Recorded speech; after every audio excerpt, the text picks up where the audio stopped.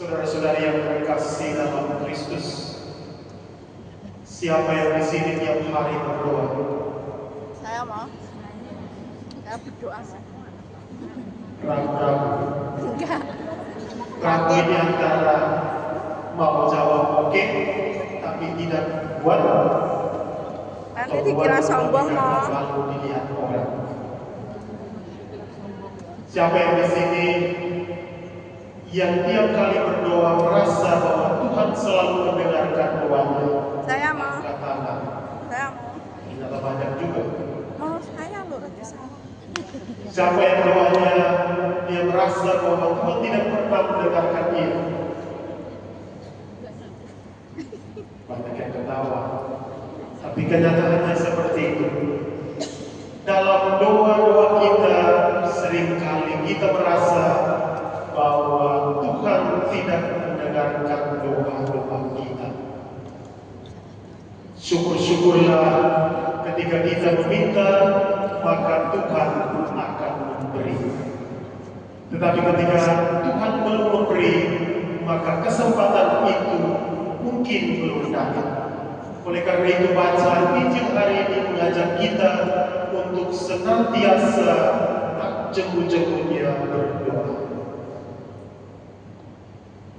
Ada umat yang sering datang dan mengatakan, "Pater, saya sudah doa sampai mungkin lutut saya sudah luka-luka, tapi Tuhan tidak pernah mendengarkan doa saya." Lalu saya mengatakan, mungkin doa yang kita panjatkan kepada Tuhan masih salah. Doa yang kita panjatkan kepada Tuhan hanya punya dua isi yang paling penting. Tahu aja apa? Yang pertama, ucapan syukur. Dan kebanyakan dari kita melupakan elemen penting dalam doa kita. Mengucap syukur untuk segala kebaikan yang telah kita terima dari Tuhan. Baru yang kedua adalah permohonan. Tapi dalam doa kita seringkali hanya berisi permohonan dan keluhan. Tuhan, saya ini, saya ini. Kita lupa untuk bersyukur atas segala nikmat yang Tuhan berikan kepada kita.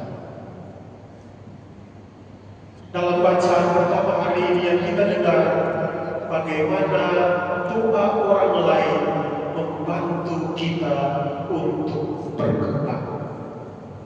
Teman-teman masih ingat kitab pertama? Dalam bacaan pertama kita apa?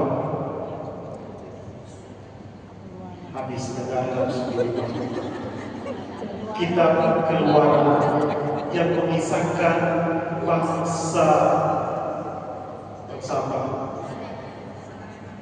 Israel menghadapi Amalek. Lalu Musa ke gunung dan dalam doanya dia mengangkat tangan. Ketika dia mengangkat tangannya, maka bangsa Israel semakin kuat. Namun ketika dia capek dan menurunkan tangannya, maka mereka akan menjadi lemah. Oleh karena itu, dua orang mengambil batu dan menaruh di tangan kiri dan kanan, supaya tangannya tetap terbuka dan menengadah kepada Tuhan. Dan karena doa Musa, maka bangsa Israel menang dalam peperangan. Bacaan pertama mau menggambarkan kepada kita bagaimana doa yang kita panjatkan untuk orang lain menjadi lebih berarti. Oleh karena itu ketika orang menitip doa kepada kita, kita mesti berdoa kepada mereka. Karena doa kita kepada orang lain sangat membantu mereka. Dan dalam bacaan Injil hari ini kita mendengarkan perumpamaan tentang seorang janda dan seorang hakim yang lalim. Hakim yang lalim tidak mengenal dan mencintai Tuhan dan tidak menghargai sesama. Namun janda ini sangat setia untuk meminta pertolongan. Karena semakin diganggu terus-menerus, maka hakim yang lalim ini pun akhirnya mau membantu.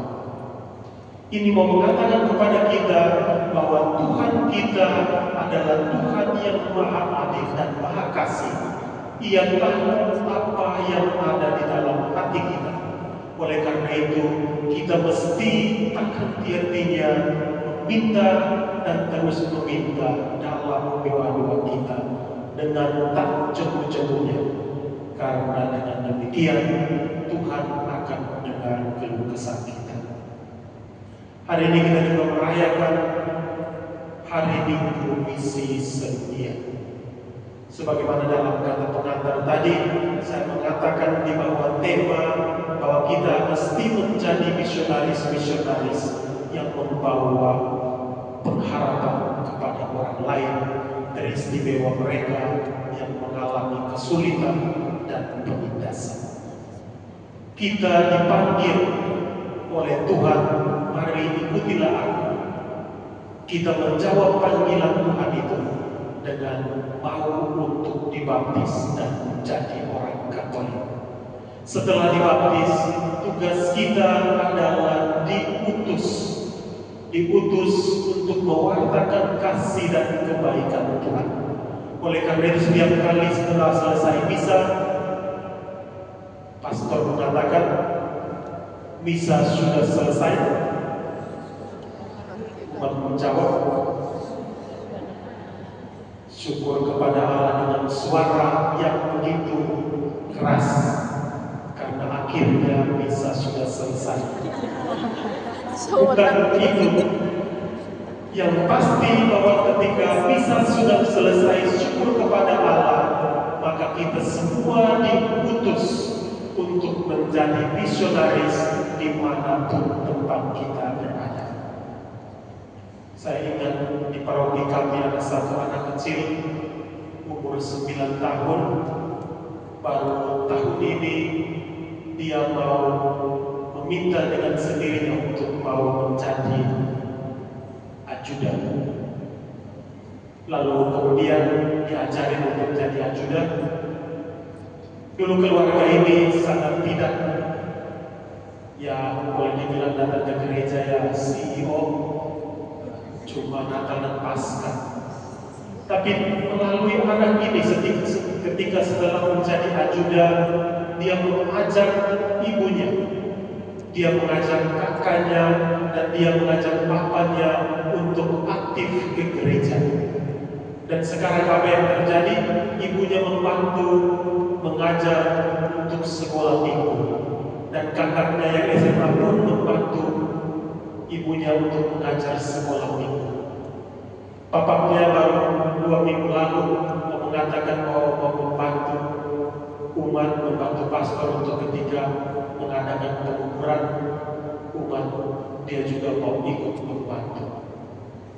Dari kesaksian anak kecil yang berumur 9 tahun, dia mampu membawa harapan untuk satu keluarganya, dan ia mampu merubah kehidupan keluarganya yang mungkin menganggap agama tidak terlalu penting menjadi sesuatu hal yang paling penting. Kita pun di tengah dunia dewasa ini, mungkin di tengah keluarga kita masing-masing, ada keluarga kita yang tidak beragama Katolik, namun melalui kesaksian iman kita, kita sebenarnya membawa harapan kepada keluarga kita, menjadi terang di tengah kegelapan dunia ini. Dan kiranya melalui pewartaan sabda, melalui pewartaan kasih kita, kita menjadi penerang untuk sesama kita. Saudara-saudara yang terkasih, melalui bacaan minggu biasa ke-29 dan juga melalui Minggu Misi Dunia Setia ini, kita diajak untuk merefleksikan beberapa pokok penting yang menjadi pertemuan hari ini. Yang pertama, doa kita menjadi saluran berkat untuk orang lain.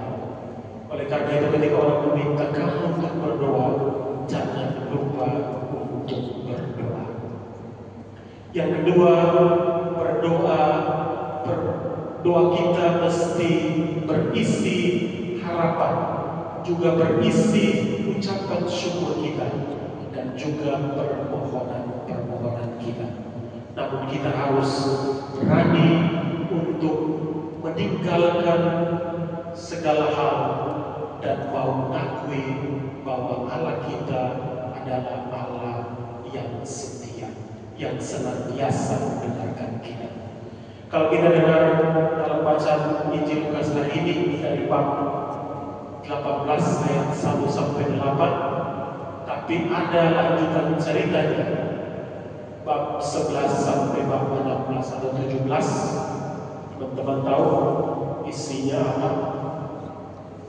Juga tentang doa. Ada dua orang yang datang berdoa, satu ahli Taurat dan satu pemungut cukai. Lalu ahli Taurat datang, dia memuji diri sendiri, Tuhan, saya tidak seperti orang ini. Saya berdoa 3 kali atau 2 kali sehari.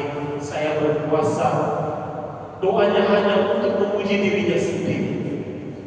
Tetapi pemungut cukai itu tidak berani untuk menatap Tuhan. Satu doanya hanyalah, Tuhan, ampunilah aku orang berdosa ini. Dengan demikian Tuhan memuji seorang pemungut cukai ini, yang di mata masyarakat pada zaman itu mereka adalah orang yang berdosa. Namun dia di hadapan Tuhan mau meninggalkan segala hal dan mau mengakui kebesaran Tuhan. Kiranya melalui doa-doa kita juga mesti seperti pemungut cukai ini, mau merendahkan diri di hadapan Tuhan dan mengakui kebesaran dan kasih setia Tuhan.